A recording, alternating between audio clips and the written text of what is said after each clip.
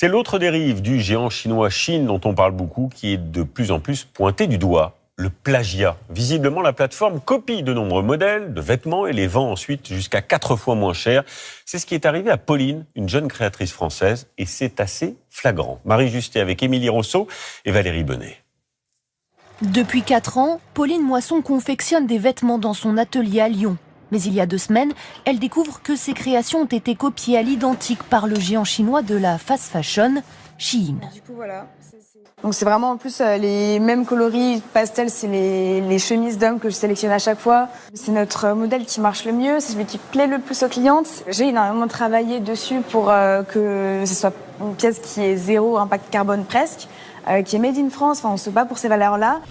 Quand elle propose cette chemise à 65 € sur son site, la plateforme chinoise la vend 4 fois moins cher, 13 € seulement. Et ce n'est pas la première fois que l'entreprise agit ainsi. Dans le monde, de plus en plus de créateurs déclarent être victimes de plagiat, comme cette styliste norvégienne.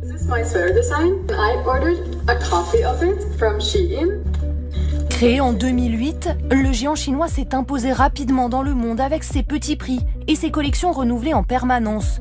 Mais régulièrement, l'entreprise est décriée pour son impact écologique et ses mauvaises conditions de travail.